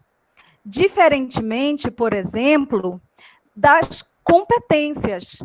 As competências, elas são construídas por meio de um percurso maior. Eu não consigo construir uma competência em uma aula, por exemplo, de 50 minutos, em uma aula de 2 horas. Eu não vou conseguir construir competências nessa perspectiva. Por quê? A competência, ela é algo que se constrói num tempo maior, às vezes ao final de uma disciplina inteira, às vezes no ciclo de todo um conteúdo que foi trabalhado.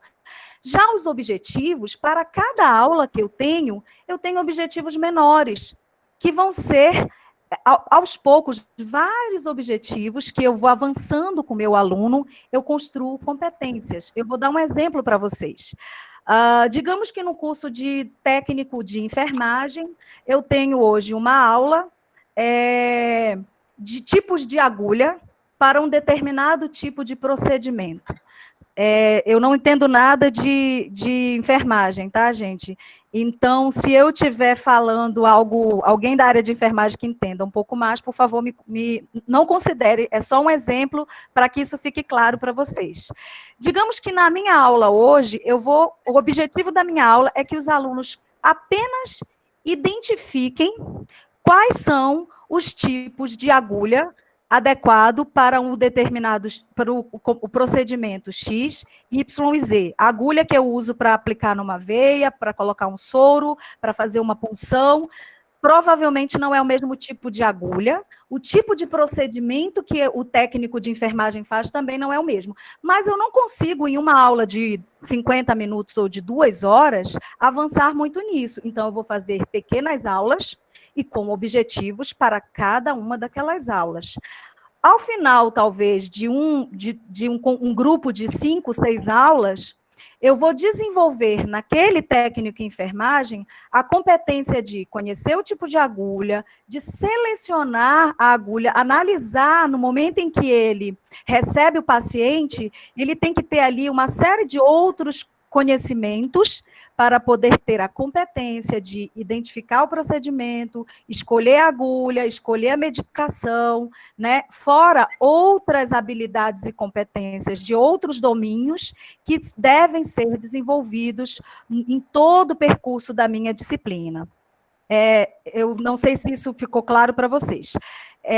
Se não, podem interromper para fazer perguntas. Com relação aos níveis de complexidade, gente, isso é fundamental no momento em que vocês forem fazer esse planejamento ali na planilha que a gente compartilhou.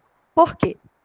Desde o início dessa reunião, que nós estamos falando que nós estamos vivendo um momento emergencial. Né? É algo inesperado, algo fora do que a gente planejou, então nós estamos recalculando a nossa rota, replanejando, né? Então, dentro dessa excepcionalidade, eu vou conseguir trabalhar o mesmo nível de complexidade com todos os conteúdos da minha ementa? Mesmo, o Éder falou assim, eu tinha 12 tópicos, eu escolhi 6. Gente, será que o Éder vai conseguir trabalhar o mesmo nível de complexidade com os 6 conteúdos? Não sei. Essa é uma análise que ele vai ter que cada professor vai fazer do seu conteúdo e da sua turma, né? Isso é muito. E aí eu trago a atenção para os estudantes com necessidades específicas. Essa reflexão do nível de complexidade que nós vamos trabalhar com esses estudantes, os objetivos que eu tenho com os estudantes da minha turma, que têm uma situação normal, entre aspas, não podem ser os mesmos objetivos que eu vou trabalhar com os estudantes PCD. Tá? E aí vocês vão entender onde que esse nível de complexidade ele entra. Pode passar, Éder. Os objetivos, eles nos ajudam, como eu já estava falando, nessa seleção desses conteúdos, na abordagem, né, nesse nível de complexidade. Vai orientar as atividades didáticas, gente. Por quê? Se eu tenho um conteúdo que ele eu pretendo trabalhar ele num nível de complexidade muito superficial, por exemplo, eu só quero nessa aula, dessa primeira semana, apresentar conceitos básicos, elementos da tabela periódica, eu só quero que eles tenham um primeiro contato. Então, talvez uma aula, uma videoaula com uma apresentação simples de slides é o suficiente para essa atividade e para cumprir esse objetivo. Porém, digamos que o meu objetivo é que os alunos sejam capazes de discutir a respeito do uso de um elemento químico ou não, aplicar uma fórmula, ou, enfim, selecionar uma técnica de higienização mais adequada. Então, talvez outro tipo de atividade seja mais adequado. Talvez eu tenha que propor aí um estudo de caso, talvez eu tenha que propor aí um PBL, enfim, um outro tipo de método, um fórum onde nós possamos discutir. Eu estou falando isso por esse momento de excepcionalidade, gente, mas isso vale também para o nosso retorno nas aulas presenciais, né? A técnica adequada, ela está plenamente relacionada ao objetivo que eu quero alcançar e ao nível de complexidade que eu estou me aprofundando com o meu estudante, com a minha turma, naquele conteúdo. Norteia a definição dos recursos, sim, porque, por exemplo, eu estou falando eu vou falar de Moodle, mas eu também posso falar de Google Classroom, porque eu também tenho espaço de discussão no Google Classroom. Então, digamos que eu quero discutir algo, o recurso tecnológico mais adequado vai ser um fórum, talvez. E se não for na sala presencial, uma roda de conversa, uma discussão em grupo, né? Então, qual é o recurso, qual é a técnica? O objetivo nos ajuda. Por favor, Éder, pode passar. Outra vantagem, e aí essa é muito importante, que é escolher o processo avaliativo. Eu vou conversar melhor sobre isso mais na frente. Pode passar, Éder. E também, gente, esclarece para o estudante o que se espera dele, né? E eu acho que isso vai ser bem legal, esse exercício que a gente vai fazer, de ter o roteiro de estudo para o aluno, porque quando o aluno receber, dizer assim, olha, com essa atividade, o objetivo dessa atividade é que você consiga fazer isso. Então, ele já sabe ali o que a gente espera que ele faça por meio daquele estudo. Né? E que provavelmente é naquilo que a gente vai avaliar ele. É por isso que os objetivos, eles também são um referencial para o processo de reflexão e ação, né, sobre a prática pedagógica do docente. Por quê? Se eu tenho um objetivo, por exemplo, de viagem, como eu falei, quando eu volto dessa viagem, às vezes eu paro para pensar, gente, se eu voltar de novo naquele lugar, eu não pego mais aquele transporte, eu não vou mais naquela companhia aérea, né? Eu não faço mais aquele trajeto. A gente sempre, quando volta de uma viagem, eu pelo menos adoro viajar, né? E sempre que eu volto com meu marido, a gente sempre faz uma reflexão, amor, da próxima viagem a gente não faz mais esse percurso. E o processo de ensino-aprendizagem, né, é ação, reflexão, e esse é um processo de formação continuada que o próprio docente faz sobre si, né, que é por meio daquela experiência pedagógica, onde que eu errei, né? Mas como a Eliane fez uma pergunta, rapidinho, Éder, ainda sobre isso, que na nossa discussão, que a gente estava conversando sobre isso essa semana, a Eliane Molica falou assim, Elisiane, mas se quer dizer que sempre eu que vou estar errado no processo, né? Se a maior parte se foi só 2 ou 3 alunos que não alcançaram aqueles objetivos que eu propus. E aí, gente, é uma reflexão, né? Se eu tenho só 2 ou 3, aí eu vou ter que analisar caso a caso, né? Às vezes eu tenho um aluno que está num ritmo diferente, ele às vezes tem algum problema, alguma dificuldade, algum transtorno que, às vezes, nós não conseguimos identificar no momento em que esse aluno ingressou conosco, e aí essa é a oportunidade que nós temos, às vezes, de perceber as dificuldades desse aluno. Né? Por que quase toda a turma, 90% da turma, alcançou aquele objetivo que eu propus para aquela atividade e ele não? Né? Então, é uma excepcionalidade, que deve ser tratado com excepcionalidade. Pode passar, Éder. Então, gente, os objetivos de aprendizagem, eles normalmente são elaborados utilizando-se taxonomias. Quem é da biologia aqui vai entender muito bem o que eu estou falando, né? A taxonomia, ela é muito usada na biologia, né? Ela vem do grego taxis, ordenação, e monos, um sistema. Então, ela tentou organizar um grupo, né, por meio de uma classificação, um grupo de conhecimentos, de valores, e todo sistema de classificação tem que ter 3 características. Pode colocar, Éder. A cumulatividade, a hierarquia e o eixo comum. O que é essa cumulatividade? Significa que uma categoria do sistema de classificação abrange outras categorias que a precedem. A hierarquia significa que, nesse sistema de classificação, uma categoria é superior às outras. E o que é esse eixo comum? Esse eixo comum quer dizer que existe um traço ou traços que são comuns a cada uma daquelas categorias. Se dentro de uma categoria eu tenho, é como, né, a categoria seres humanos, a espécie seres humanos.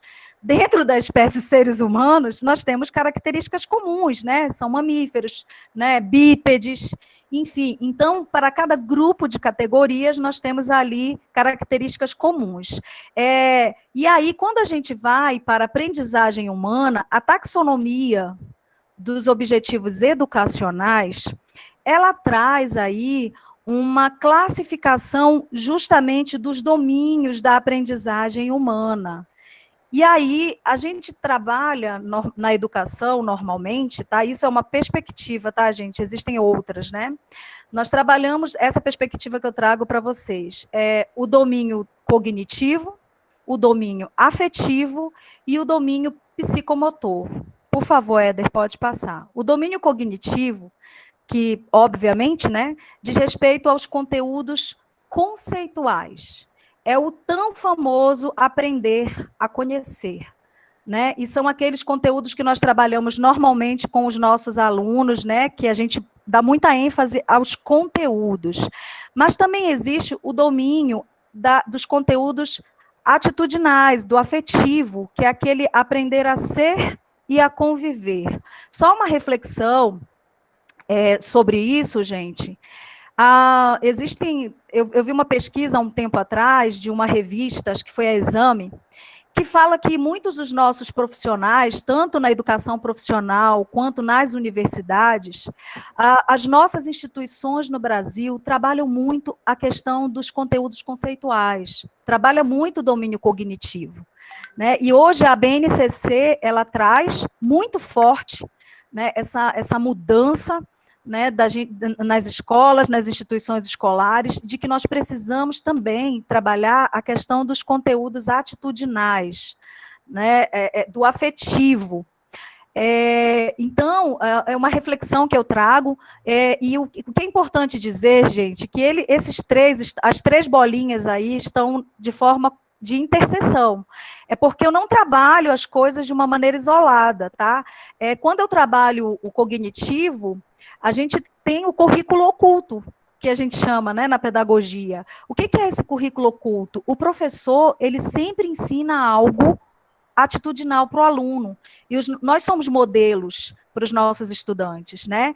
Às vezes a gente nem percebe, a gente nem se dá conta, mas nós temos ali, implicitamente, nós trazemos, impregnamos de alguma forma isso nos nossos estudantes, mesmo que isso não seja de forma intencional, mas é importante refletir que existe também uma taxonomia para a elaboração de conteúdos atitudinais do domínio afetivo, onde, no momento em que o professor faz o seu planejamento, é interessante ele refletir quais são os conteúdos atitudinais que ele estaria trabalhando com aqueles estudantes ao trabalhar um conteúdo conceitual. Porque isso acontece, mas nem sempre isso é pensado no momento do planejamento do professor.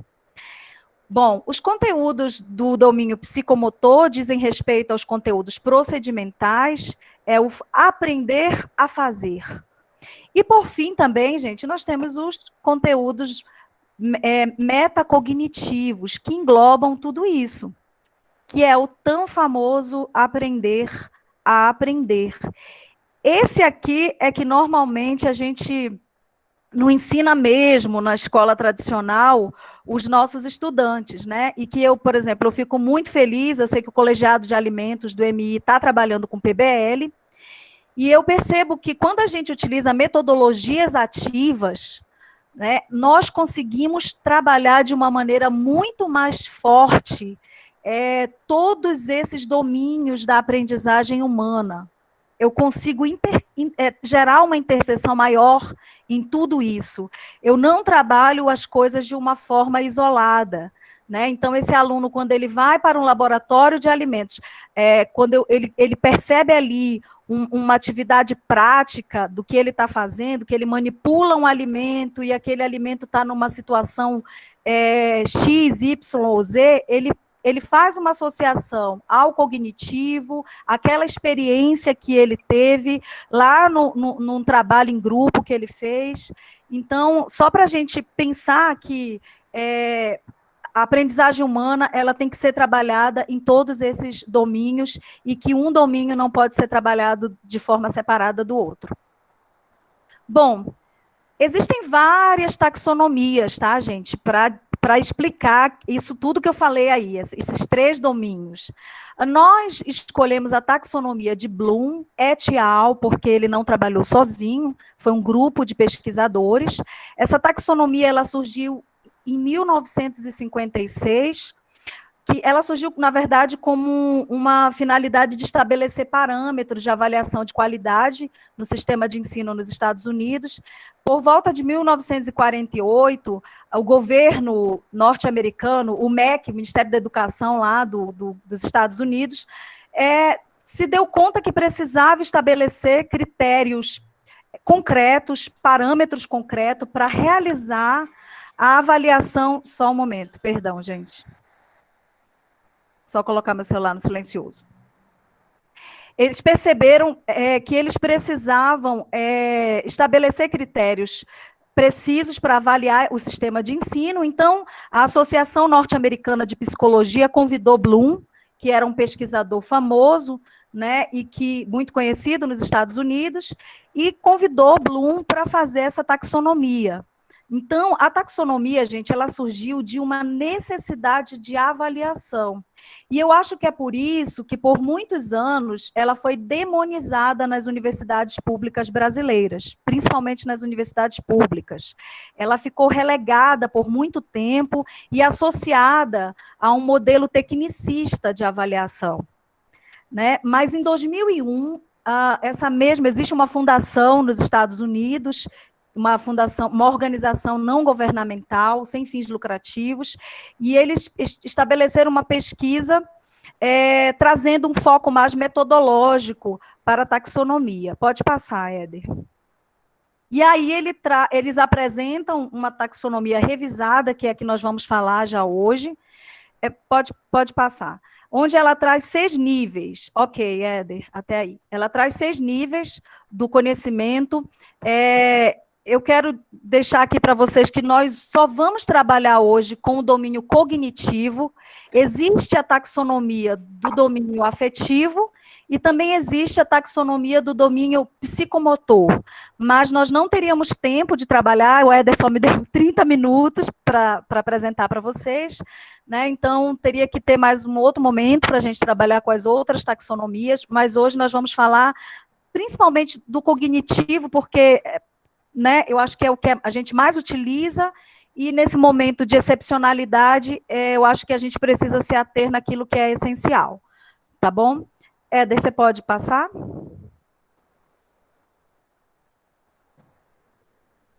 Gente, enquanto o Éder está fora, que eu acho que ele deve ter saído... Vocês estão me ouvindo ou foi só o do Éder que travou? Está dando para ouvir. Ok, então acho que é o Éder que travou. Bom, pessoal, ok, beleza. Como vocês podem observar, a taxonomia ela tem 6 níveis, desde o mais básico, que é o lembrar, seguido do entender, o aplicar, o analisar, até o criar. Então, pronto, o Éder voltou. Observem que, como eu falei, como a taxonomia ela tem um contínuo, gente, lembra que eu falei sobre a questão da hierarquia, da cumulatividade, né? Então, o nível mais elevado, o de criar, ele acumula habilidades, avanços que o aluno teve, desde aquela primeira aula que eu tive lá, que é aquela primeira, como o Éder falou, né, que a primeira aula dele vai ser relembrar, né, conteúdos básicos, né, uma retomada, né, um nível de reconhecimento do terreno, né, e depois a gente vai avançando. À medida que for passando a semana, ele vai avançando e vai ali a cada dia mais trabalhando com aqueles conteúdos até chegar a um nível mais elevado, de acordo com aquilo que ele planejou para aquele conteúdo, tá, gente? É claro que a gente não vai conseguir chegar no nível mais elevado em todos os conteúdos. E isso não é só nesse momento de excepcionalidade. Normalmente, no ritmo normal da nossa vida docente, a gente também não consegue chegar em todos os conteúdos no nível de criação. Né? A gente precisa ter clareza e a gente não pode sofrer com isso. Né? Porque é claro que a gente fala, a escola prepara para a vida. Né? Lá, no meio do percurso, ele vai, né, os alunos vão desenvolvendo isso, mas o que a gente consegue hoje, dentro do espaço que a gente tem, dentro dos conteúdos que são mais essenciais, desenvolver, fazer com que esses alunos desenvolvam níveis cognitivos mais elevados. Eu vou tentar explicar muito rapidamente, porque a gente só tem 13 minutos, o que é cada um desses objetivos, tá bom? O primeiro nível cognitivo é o lembrar. Né? O que é isso? É reproduzir a informação a partir da memória. É reprodução de data, de relato, um procedimento. Então, é o nível mais básico, sabe? Aquela primeira aula que a gente tem, aquelas primeiras aulas. Então, se eu estou fazendo um planejamento, né, as primeiras semanas eu vou pegar leve, porque eu estou trabalhando ali ainda no nível de conhecimento, eu estou ambientando, eu estou introduzindo aqueles conteúdos com os meus estudantes. Então, os objetivos dessas aulas, dessas primeiras aulas, eles têm que ser no nível mais superficial, né? Lembrem-se de que os objetivos de aprendizagem, gente, é a cada aula. Né? Cada ação educacional, cada etapa que eu tenho com o aluno, ele tem um objetivo a ser cumprido. O segundo objetivo, o segundo nível de complexidade do domínio cognitivo é o entender, que é dar um significado, né, para um conteúdo que eu estou trabalhando. Então, eu vou avançar um pouco mais nesse conteúdo. Então, além do aluno só memorizar, só ter um contato superficial com aquela fórmula, eu começo a explicar aquela fórmula matemática para ele. Às vezes, gente, numa aula de 50 minutos, a gente consegue trabalhar o nível de entender, de compreensão, né, de dar significados, como, por exemplo, interpretar um texto, explicar um conceito, justificar um comportamento. Mas percebam, gente, que no nível de entender, o estudante, ele não modifica aquele conteúdo. Ele repete de uma maneira, do jeito que ele compreendeu, mas com as próprias palavras dele. Por exemplo, se eu sou professora de artes, a Rome, não sei se a Rome está aqui, então eu peço, como é que eu avalio o nível de compreensão desse aluno? Eu quero que ele faça uma interpretação, por exemplo, de uma imagem, de um quadro, né? De uma figura, ou então eu quero que ele faça uma interpretação de uma tabela, de um gráfico, tá? Ou numa interpretação de texto. Eu quero apenas perceber o nível de compreensão que aquele aluno teve daquele conteúdo, mas ainda muito basicamente. Já no nível de aplicar, né, é um passo a mais que eu chego com esses estudantes. Então, se eu perceber que os meus alunos, né, nesse percurso, nas primeiras aulas, eles já conseguem compreender o que é aquela fórmula matemática, aquela fórmula de física, eu tenho que trabalhar também essa questão da aplicação, na forma prática, né? E é interessante que essa aplicação ela seja experienciada pelo estudante em coisas que sejam da prática cotidiana, algo que eles consigam ter significado, né, gente? Que eles consigam atribuir significado, que faça sentido para eles. Então, de nada adianta eu ensinar algo no mundo da teoria, no primeiro momento, ele compreende aquela teoria. Nas próximas aulas, eu vou desenvolver ali objetivos de nível de aplicação. Eu preciso pensar em exemplos, em atividades que tenham relação com o contexto daquele aluno, né? Isso aqui é Paulo Freire mesmo aqui, né? O momento freiriano, eu trazer... Pode complementar, Éder. Feliz. Só uma coisa que às vezes acontece muito com a gente, assim, enquanto professor, e a gente acaba se traindo, a gente trabalha com o aluno na aula muito nos 2 níveis anteriores. E aí, na prova, a gente pede para ele fazer uma aplicação. E aí ele não dá conta. Então, por que ele não dá conta? Porque a gente também não exercitou esse objetivo, que é o objetivo de aplicar, né? A gente não cobrou dele no processo da aula essa aplicação, e às vezes a gente cobra isso numa avaliação, aí ele não consegue fazer.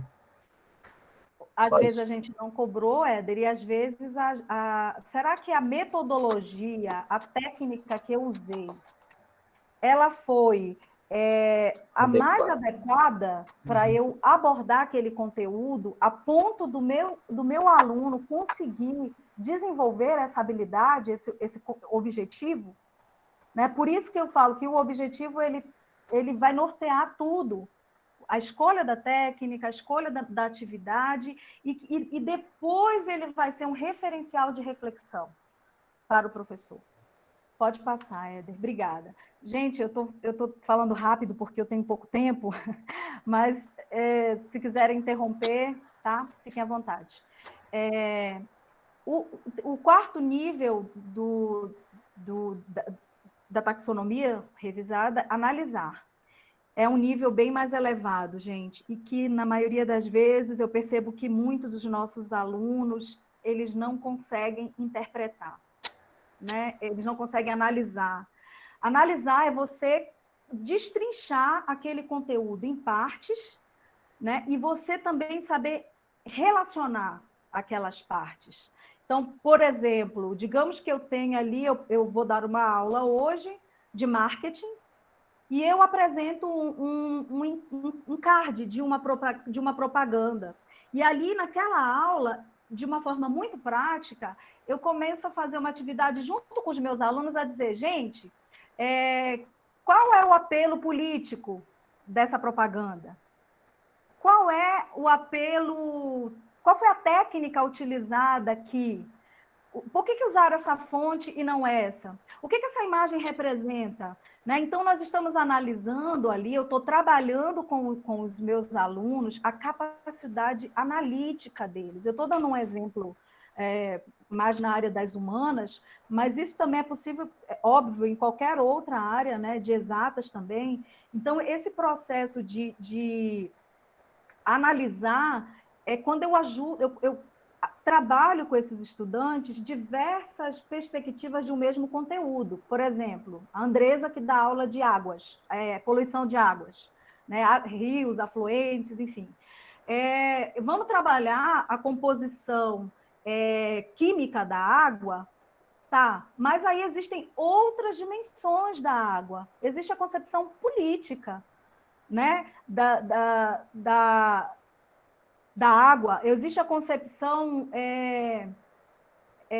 econômica do uso da água. Então, percebam que quando a gente faz uma análise não apenas cognitiva, inclusive, de um conteúdo, nós estamos aí desenvolvendo valores, né? Nós estamos desenvolvendo, trabalhando junto com isso, com conteúdos atitudinais. Nós estamos trabalhando com o estudante essa capacidade analítica, mas nós estamos também ensinando ele a se posicionar, a olhar um conteúdo sob diversas perspectivas. Então, eu não posso jamais, gente, olhar para uma ementa, né? E a minha ementa é água, rios e afluentes, por exemplo.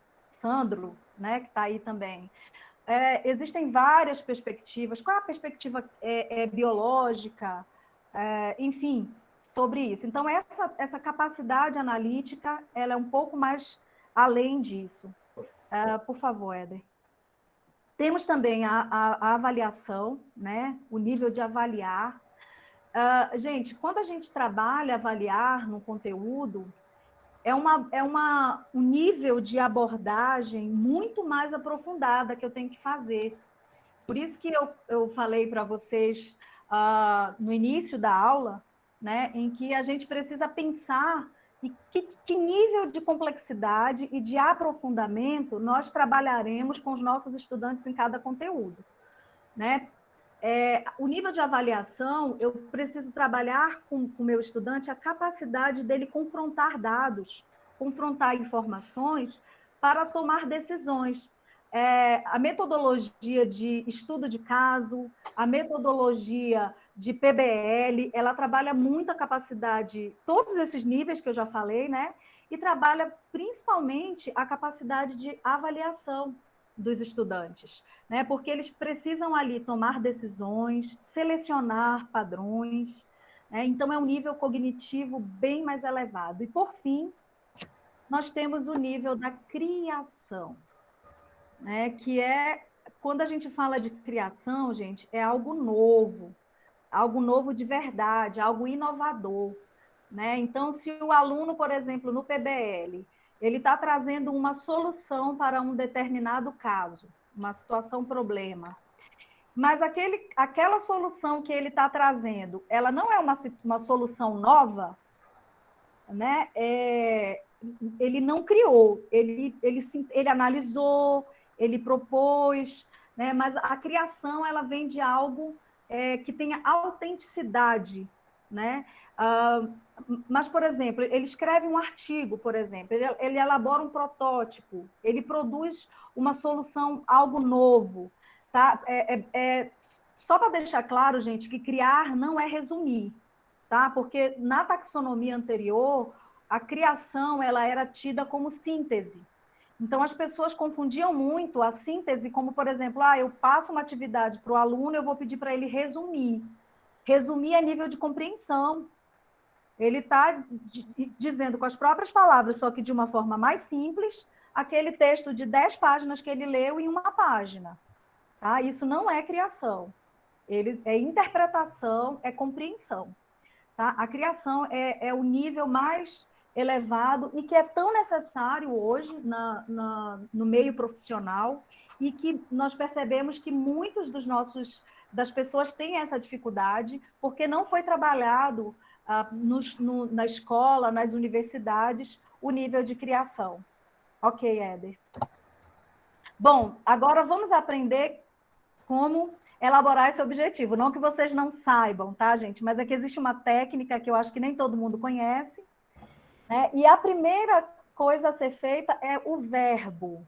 Esse verbo, né? Eu já dei algumas dicas para vocês, que esses verbos têm que ser concretos, né? Então, tem alguns verbos que a gente tem que ter cuidado, se a gente consegue avaliar. Ele tem que ter foco no comportamento do estudante. Então, é o estudante que vai demonstrar se ele sabe explicar, se ele sabe citar, se ele sabe mensurar, se ele sabe descrever. Não é você, é o estudante. Então, normalmente, o verbo, gente, ele tem que estar no infinitivo, tá? Não existe objetivo sem verbo. O verbo no infinitivo, ele expressa ação, né? Então, se for só substantivo, não é verbo. Segundo, é o objeto da ação, ou conteúdo, né? Sobre o que eu quero que aquele meu estudante tenha o desempenho.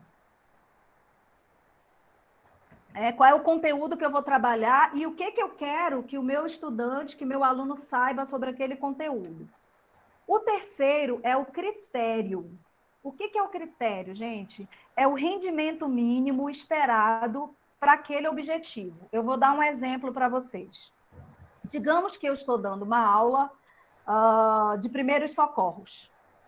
E nessa aula de primeiros socorros, eu tenho 10 procedimentos que são indispensáveis para aquele aluno. E se ele não souber, o paciente vai morrer.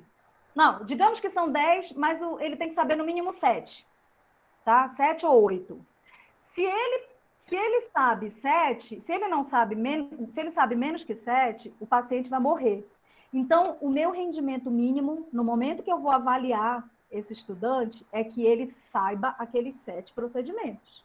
Menos que isso, ele está reprovado. Tá? Então, o meu critério mínimo de aceitação para aquele conteúdo é esse. Quer falar, Éder? Não, é só tomar cuidado com a palavra reprovado, ele não alcançou aquele objetivo. Isso, exatamente. Não necessariamente ele está reprovado. Eu preciso criar outras formas de atingir aquele objetivo. Perfeito. E o interessante do critério é justamente a gente perceber ali onde o meu aluno parou, o que ele não conseguiu. E isso vai ser importante, gente, naquilo que o Éder falou no início da aula sobre o feedback qualificado. Porque feedback qualificado não é só dizer para o aluno, olha, você errou. Isso a gente não tem opção de fazer isso no momento das atividades não presenciais. A gente não vai poder fazer isso. Você vai matar o aluno se você fizer isso, né? O que é o feedback qualificado? Você errou aqui, o correto é esse, e eu sugiro que você volte lá no slide tal, que você escute novamente o podcast tal, que você assista novamente a aula X, que você leia novamente aquela parte que eu te mandei na semana 1, na semana 2, na semana 3. Por isso, gente, que o material que vocês produzirem, ele vai ter que estar muito organizado. E essa tabela vai ajudar, essa planilha vai ajudar muito vocês. Na semana 1, o que vocês trabalharam?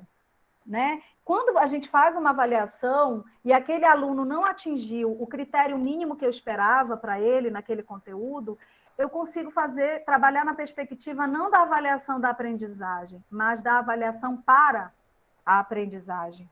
Porque no momento que eu falo para ele por que ele errou, né? E onde que ele precisa voltar nesse conteúdo e revisar, eu estou avaliando para que ele aprenda e não para que ele reprove. Pode falar, Éder. Não, tem nada a falar. Então, o critério é isso. E, por fim, a condição. Né? A condição é com quais suportes, com quais ferramentas eu dou para que esse aluno alcance esse objetivo que eu espero. Ele pode fazer consulta? Ele pode usar uma régua? Ele pode usar uma tabela? Ele pode usar uma calculadora? São as condições. Só deixando claro, gente, que os 2 elementos essenciais dos objetivos são o verbo e o conteúdo, tá? O objeto da ação.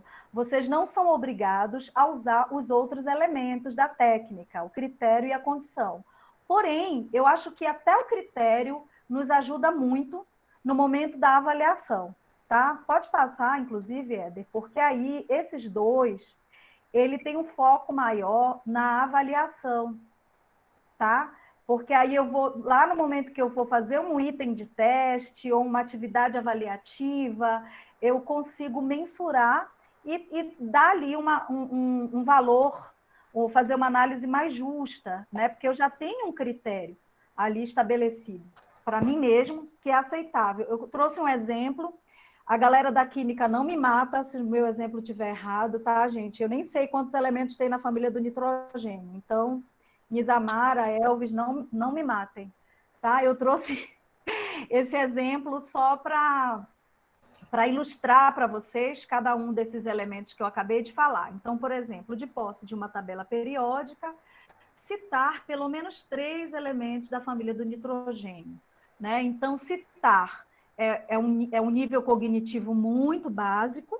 Isso provavelmente, se eu fosse fazer uma prova, né, eu colocaria isso no primeiro momento, né, só um exercício para saber se os alunos aprenderam. Pelo menos 3 é o critério, menos que isso, eu percebo que o aluno está com dificuldade e que eu preciso trabalhar mais nesse conteúdo, né? E o conteúdo é elemento da família do nitrogênio e ele pode usar uma tabela periódica. Eu vou permitir que a condição é que ele possa consultar a tabela.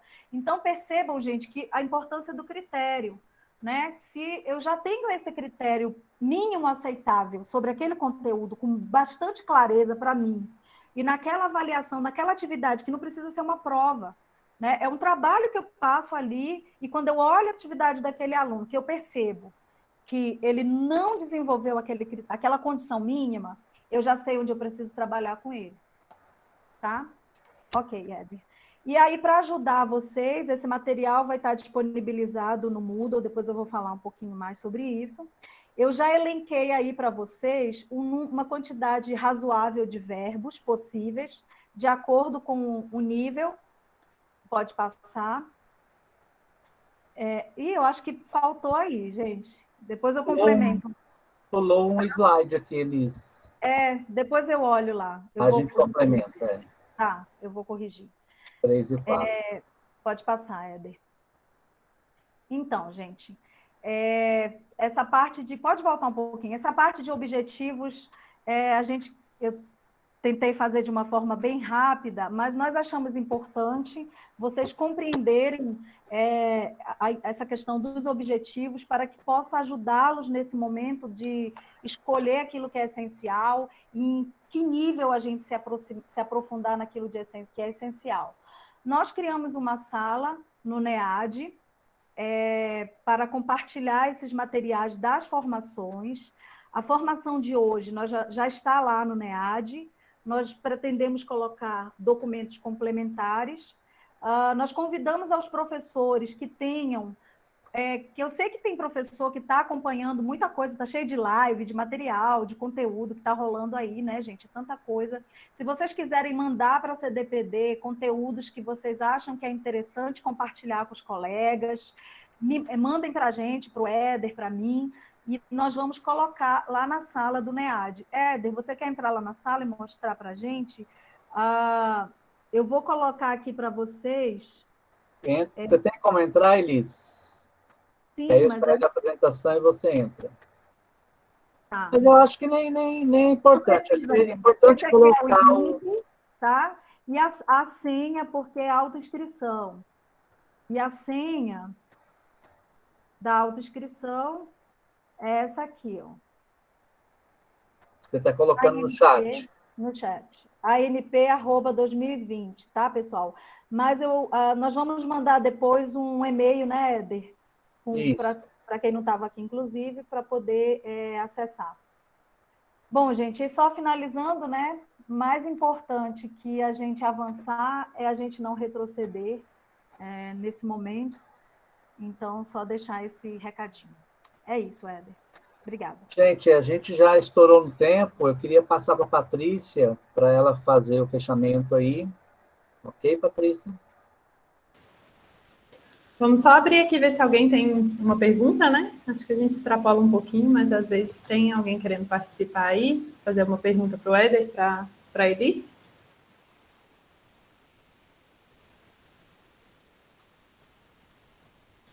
Pode ser no chat, ou pode abrir o microfone e falar também, né? Bom, acho que ninguém manifestou ali. Eu queria agradecer, né, o Éder e a Elis, eu acho que foi bem bacana, assim, trouxeram exemplos mesmo, para com que a gente possa fazer um planejamento aí mais pé no chão, né? Então, a gente, considerando esse momento que a gente está vivendo, a gente vai ter que repensar muito as nossas práticas pedagógicas. E aí eu acho que vocês fizeram muito bem isso, de trazer essa sensibilização. Pessoal, só um informezinho rápido também, o Guilherme me pediu aqui. A CPA, né, a Comissão Própria de Avaliação, enviou os questionários para os docentes do Gama, que atuam nos cursos superiores, e a gente tem que fazer esse preenchimento até domingo, e até o momento só 26 docentes do Gama preencheram. Então, peço a colaboração aí de vocês também para preencher, que a avaliação da CPA é muito importante para a avaliação do MEC dos nossos cursos superiores. Então, quem ainda não preencheu, por favor, preencha aí para a gente. Tinha mais alguma coisa, Guilherme?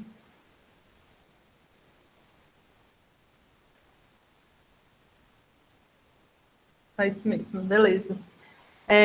Chefe, você gostaria de falar alguma coisa? Ou a gente já pode encerrar aqui? Não, já podemos encerrar. Acho que já atingimos nosso objetivo para essa tarde. Beleza, pessoal, muito obrigada mesmo. A gente chegou aí no final com quase 58, né, pessoas, então acho que foi bem interessante. Obrigada mesmo pela participação de todos vocês. A gente vai se falando aí durante a semana. Isso, muito obrigado, pessoal. Bom restinho de quinta-feira, bom final de semana aí na nossa sexta. Boa tarde a todos, até a próxima. Falou.